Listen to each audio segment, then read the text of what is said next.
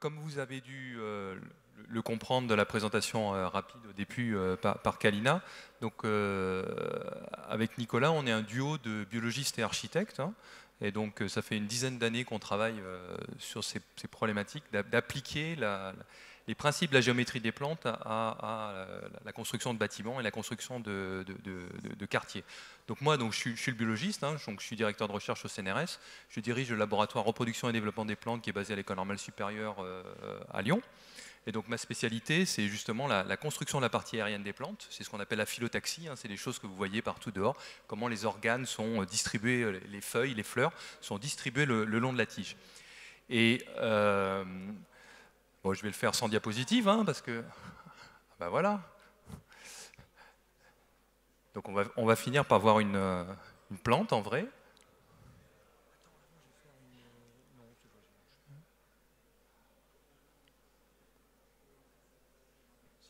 C'est bon? De moi. Et pourquoi on fait ce travail interdisciplinaire? Ouais, tu le fais après. Ok. Donc, vous avez là typiquement donc ce qu'on appelle une phyllotaxie spiralée, c'est-à-dire que les feuilles se distribuent en spirale le long de l'axe de la tige. Et ce qui est extrêmement intéressant d'un point de vue architecture là-dedans, c'est que dans la réflexion, c'est que la plante, la manière dont elle fait ça, c'est un programme génétique intrinsèque, hein, je ne vais pas rentrer dans les détails, mais toute cette structure-là est générée au bout de la tige, et c'est un système en auto-organisation, en fait, qui va développer ces géométries. Et l'environnement va pouvoir modifier ces géométries, okay, mais c'est quelque chose qui est quand même relativement stable. Et le résultat de ça, c'est quand même une géométrie qui est optimisée, notamment pour la capture de la lumière, hein, dans ce cas-là. Donc ça, c'est quelque chose qui parle directement à l'architecture. Et il y a des principes aussi géométriques extrêmement forts derrière, dans ces spirales, hein, qui sont représentés ici. Par exemple, si vous connectez les feuilles les plus proches là, dans cette plante, les unes aux autres, vous allez avoir des spirales dans un sens ou dans l'autre. C'est ce qu'on appelle les parastiches en phyllotaxie. Et il y en a un certain nombre dans un sens et un certain nombre dans l'autre. Et ces nombres ne sont pas du tout aléatoires. Ils sont en lien avec la suite de Fibonacci, hein, qui était un mathématicien du XVIIe siècle ou XVIe siècle, je ne veux pas dire de bêtises. Et cette suite de Fibonacci aussi, c'est ce qui permet de définir l'angle d'or, qui a été trouvé aussi dans beaucoup de bâtiments en architecture anciens, comme les proportions qu'on va avoir dans les pyramides, par exemple, chez les Égyptiens.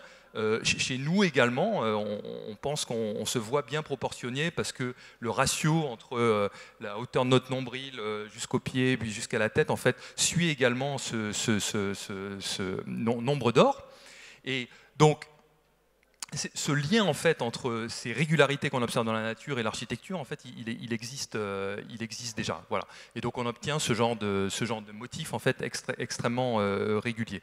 Et donc, l'idée, c'est d'utiliser en fait ce genre de principe pour après fournir des éléments de base à l'architecte pour développer ça donc à différentes échelles qui vont pouvoir aller donc du bâtiment jusqu'au quartier. Donc ici vous avez d'autres exemples de ces régularités. Quand ça commence à s'empiler comme dans le brocoli là sur la gauche, hein, on a carrément des structures de type fractal, hein, donc avec des régularités extrêmement fortes. Hein.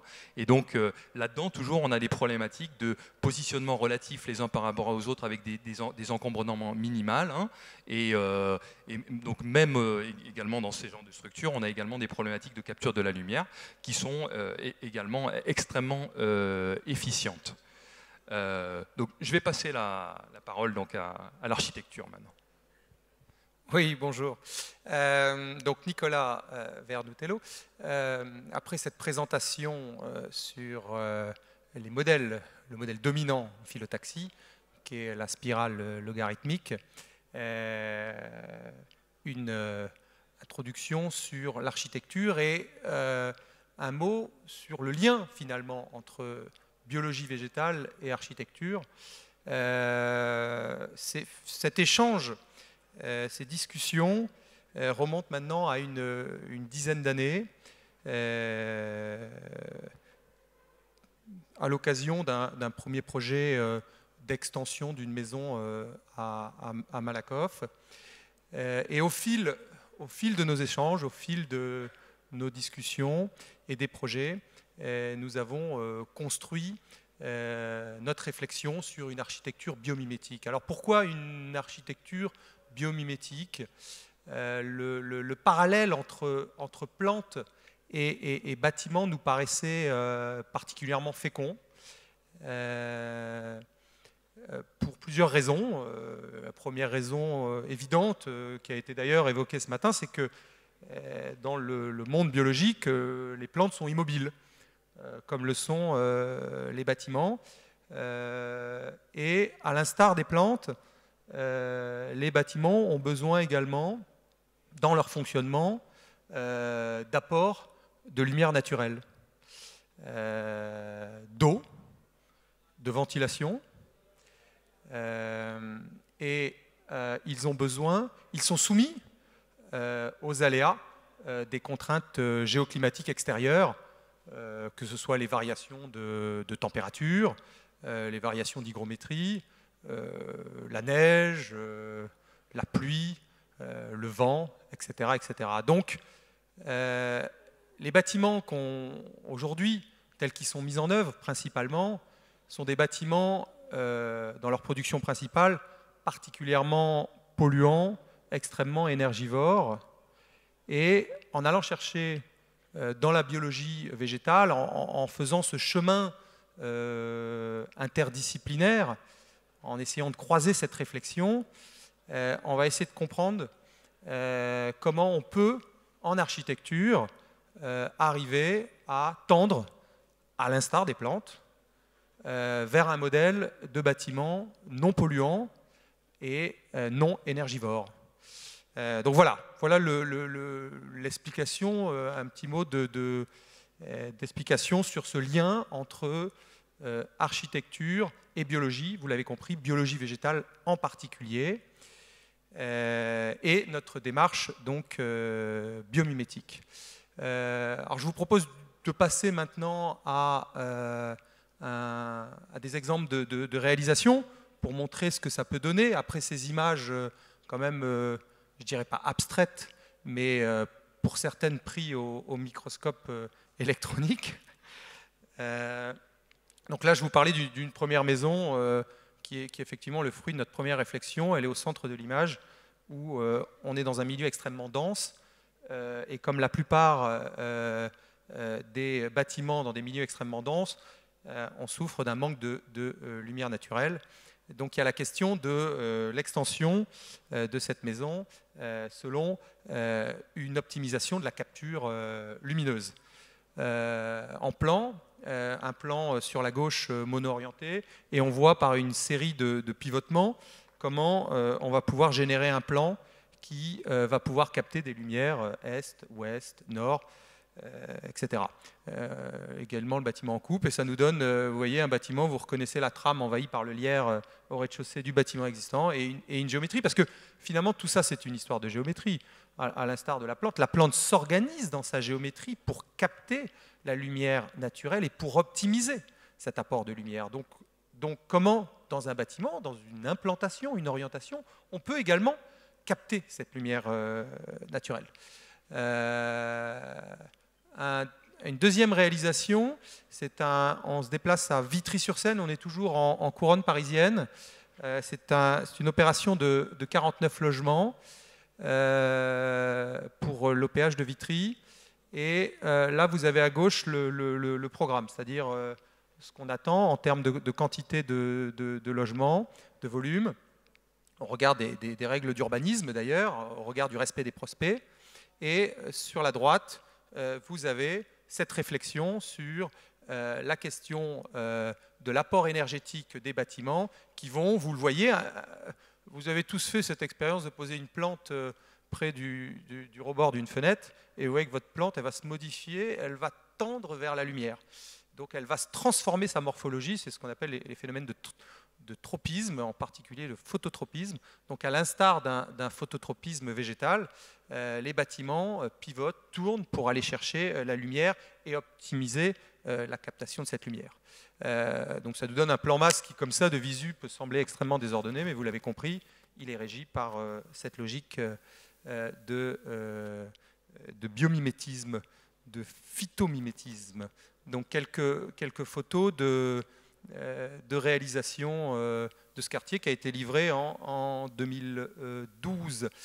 Alors, pourquoi la lumière naturelle? Effectivement, je vous disais tout à l'heure, en introduction, que, à l'instar des plantes, nous avions besoin de lumière naturelle. Mais la lumière naturelle est essentielle pour notre équilibre physiologique. Donc, orienter les bâtiments, faire bénéficier aux pièces de vie d'un bâtiment de lumière naturelle, c'est assurer aux usagers une bonne santé. Je crois qu'il y a toute une littérature qui s'est maintenant développée depuis une dizaine d'années, c'est assez récent tout ça, mais il faut le mentionner, sur l'apport bénéfique de la lumière et de l'exposition au soleil, production de vitamine D, régulation des cycles circadiens, diminution des maladies urbaines, etc. etc. Donc la question de la santé des occupants, elle est importante, et l'orientation vers le plein sud est déterminante. Il y a une deuxième raison également, c'est que le soleil est une source d'énergie. Donc, en s'orientant vers le soleil, on va pouvoir capter l'énergie passive du soleil. Et sur les questions énergétiques, puisque je l'évoquais tout à l'heure, je disais comment est-ce qu'on tend vers un modèle de bâtiment non polluant, non énergivore. On va pouvoir, uniquement avec une bonne orientation, avec une géométrie intelligente, arriver à diviser par 2 sa consommation énergétique en termes de chauffage. Donc c'est un point déterminant. Alors, on a poussé plus loin notre réflexion, puisque ces 2 premiers exemples qui ont été montrés sont faits sur le mode analogique, et on a initié une réflexion sur la modélisation de cette capture de la lumière en modélisant, à l'aide d'algorithmes cellulaires, l'organisation, le dispositif spatial de la plante, qui reprend, vous l'avez vu sur les diapos précédentes, sur la première partie en biologie végétale, qui reprend le principe de la spirale logarithmique. On a modélisé ce cheminement et on a essayé de l'appliquer, donc de prendre ce modèle biologique, qui est une démarche fondamentalement biomimétique, aller chercher un modèle biologique, l'identifier, aller le chercher, et arriver à le transposer dans de la conception architecturale, dans un process d'ingénierie. Et vous avez là, sur cette diapo, un héliodon qui montre la course du Soleil. C'est une étude qu'on a réalisée d'une parcelle qui se trouve au centre, où on va pouvoir même mesurer, vous voyez, la durée d'exposition en fonction des couleurs froides-chaudes. Alors, sur cette parcelle, à l'instar finalement d'une plante qui va se développer dans l'espace, on a défini un certain nombre de points en fonction d'un règlement d'urbanisme. C'est-à-dire qu'on a une hauteur limitée, on a des retraits par rapport aux limites de voisinage, aux limites de parcelles, par rapport à la voirie, etc. Et ça nous donne, si vous voulez, une masse globale dans laquelle on peut construire.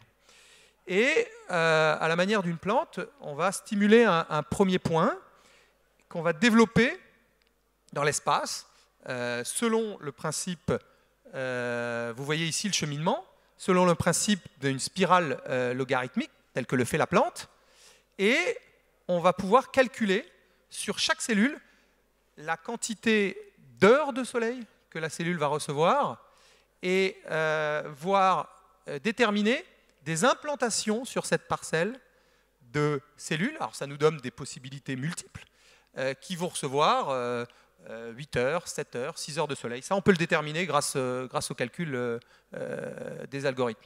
Alors je vais passer sur une vidéo pour que vous compreniez mieux le schéma. Alors comme l'écran est à distance, hop.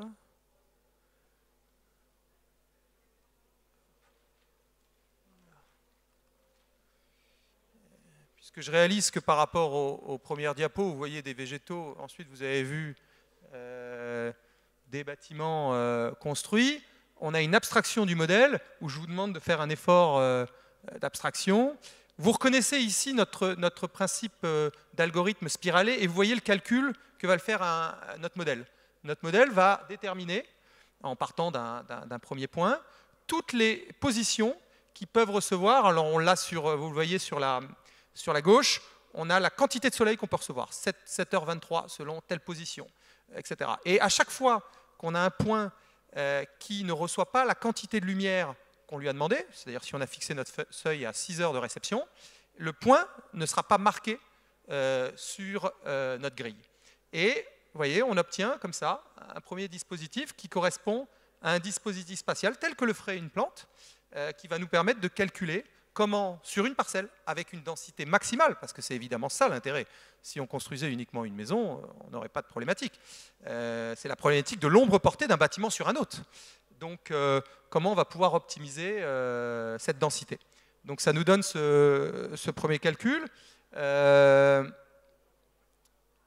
Ensuite, à partir de ce premier modèle, on obtient, sur cette même parcelle, vous voyez, 52 possibilités d'implantation.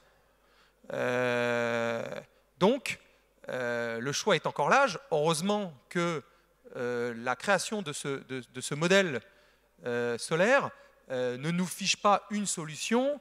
Il y a un travail ensuite d'architecture où il va falloir sélectionner un des modèles et faire un bâtiment derrière ça, choisir un des dispositifs, intégrer d'autres contraintes qui sont des contraintes aussi des contraintes de voisinage, il y a des contraintes d'identité locale, des contraintes diverses qu'on va identifier, qu'on va superposer à ce modèle pour ensuite fabriquer un bâtiment.